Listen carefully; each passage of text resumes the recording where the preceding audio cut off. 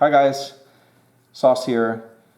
This is the second lesson in a series for calculating volumes by integration. In the first video, we talked about how to use an integral to sum areas to find a volume. And the example that was used was using disks as a stack to create a cylinder. And I can remind you, and part of that project started with thinking of a disk.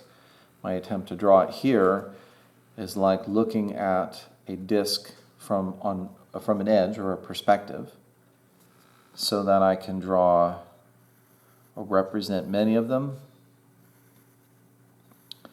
And if we add up all of these areas, they all fit together in a stack. In this case, I'm viewing the cylinder as if it's lying on its side.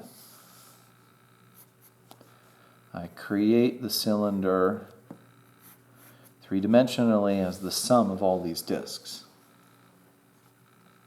Now in this presentation, the reason why I put them on the side is because I can also think of my cylinder as lying on a coordinate system. The relationship between the x and y axis, oriented this way, is that the radius of every circle is the same in this case. I can kind of think of the radius as lining up. On the coordinate system, that line that represents the constant difference from the x-axis, which is the same as the constant radiuses, which are all the same, that produce the cylinder, that line is a constant function.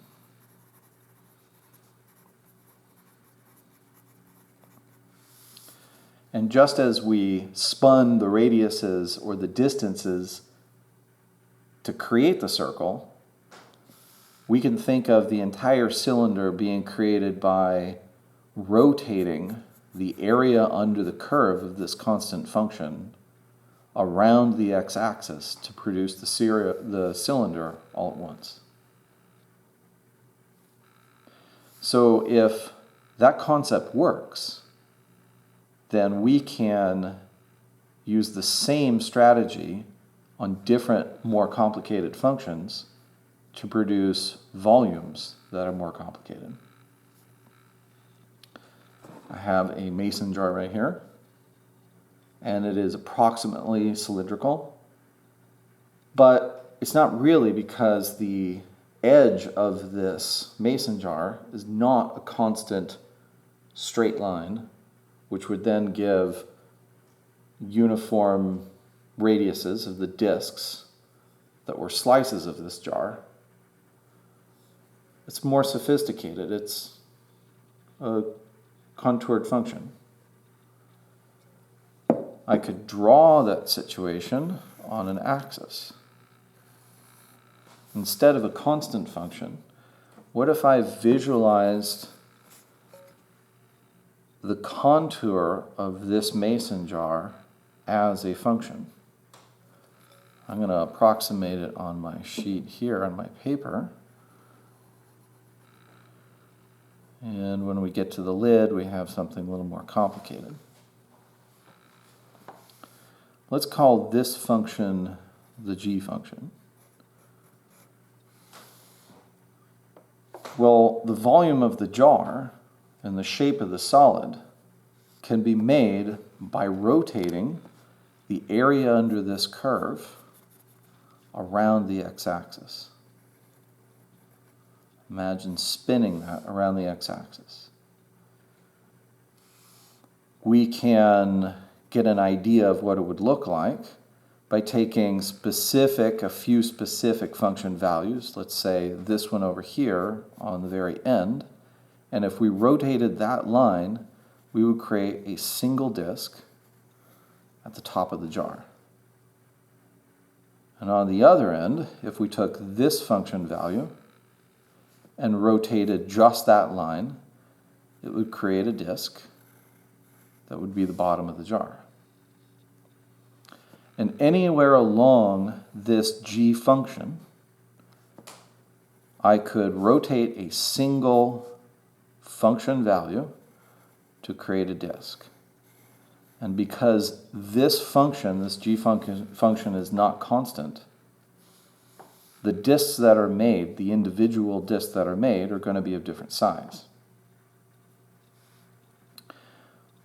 But doing that to every single value for g would then produce a solid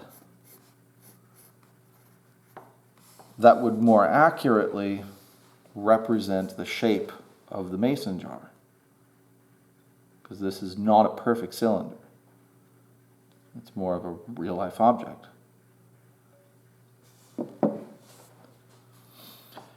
When we do this, each function value, when it creates a disk, we could think of that as what we call a representative slice. It would be like taking the three-dimensional real-world object and imagining what we would do is if we could take a knife and perfectly slice it and then look at the shape that was the shape of the slice. That representative slice could be anywhere, and every representative slice might be a different size, but every representative slice anywhere along the function is going to share two important traits. One is they're all going to be disks, no matter where you slice it. As long as you slice it perpendicular to the axis, every single location along here is going to make a disk.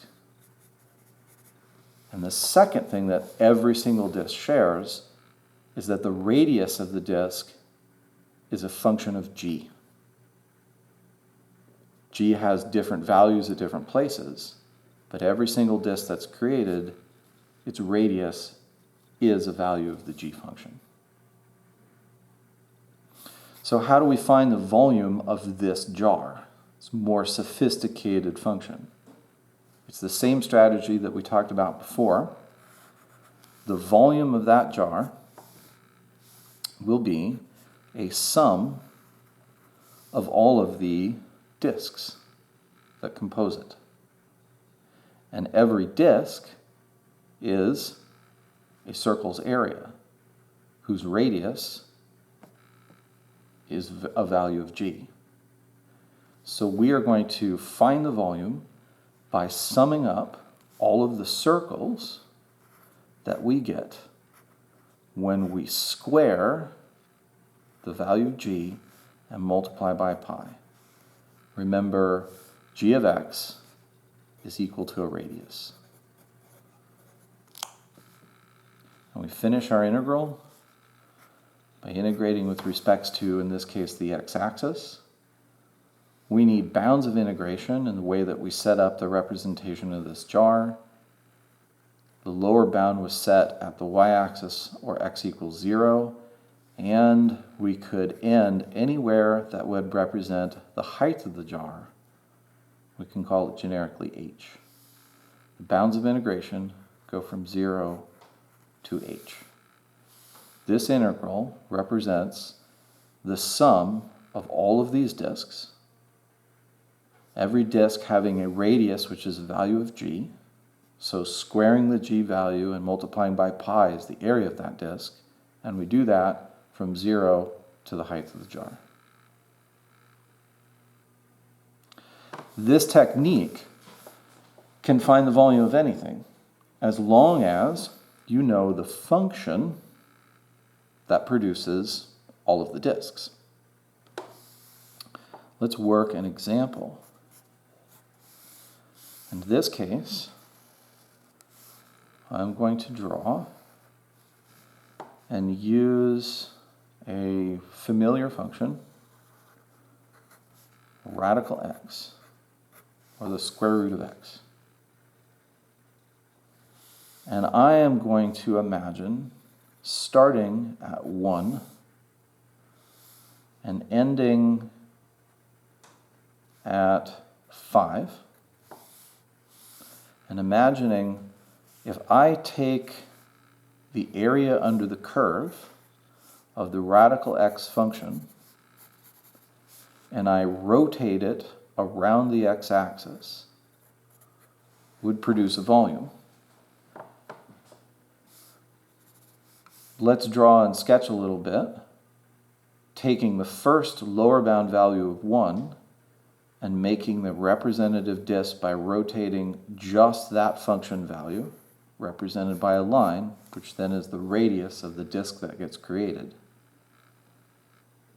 And taking the upper bound at 5 and imagining the disk that gets created by rotating just that function value, which is a radius. And then imagining all the other representative slices, or disks in between, would connect together to form a solid. Here I'm going to include another disk in the middle. I'm going to soften these lines before 1 and after 5 so that I can focus on the solid that I'm trying to visualize, the three-dimensional object that gets created. I'm going to add some shading. Try to help me visualize this as an object. There's also a tradition to name these.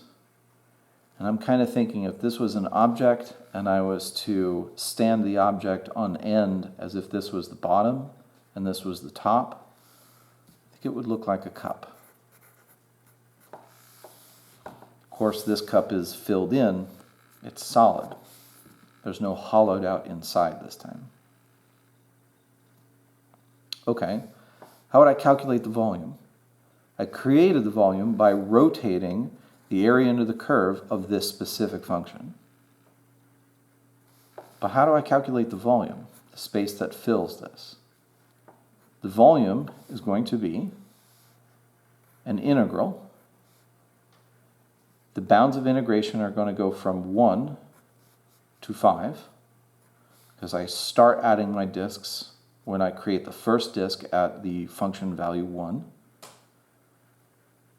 And the last disk that gets created is at 5, which is my upper bound.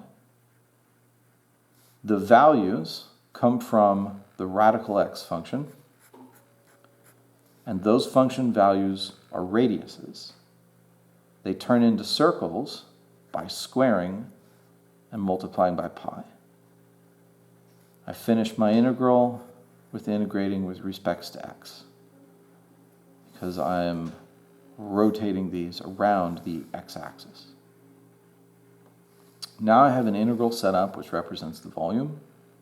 I can go ahead and calculate this. I'm going to use the integral property that the constant, if there is a constant in the integrand, I can bring that constant out in front and multiply later.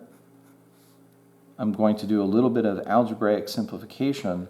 I know that the square root of x squared is going to cancel, leaving x. The bounds of integration are still represented from 1 to 5 with respects to x.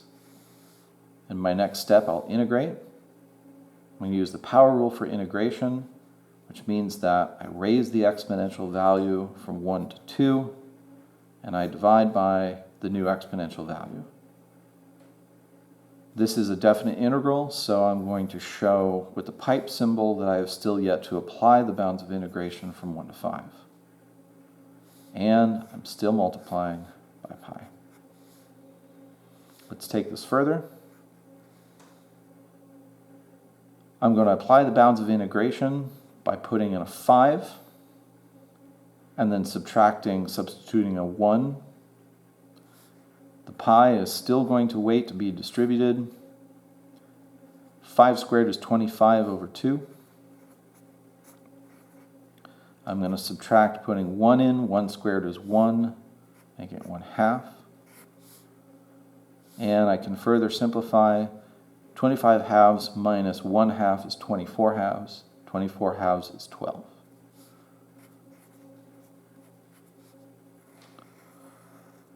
Coincidentally, we have the same volume calculation from the cylinder that we invented in the last lesson. In review, if I know that I can find a volume by taking a function and thinking of the values of the function as radiuses of disks that get created when I rotate that function around the x-axis, then the shape that gets created has a volume equal to the integral of circles made from the function values. And because when circles are made by rotating function values or in the shape of disks, using this strategy to calculate a volume is called the disk method.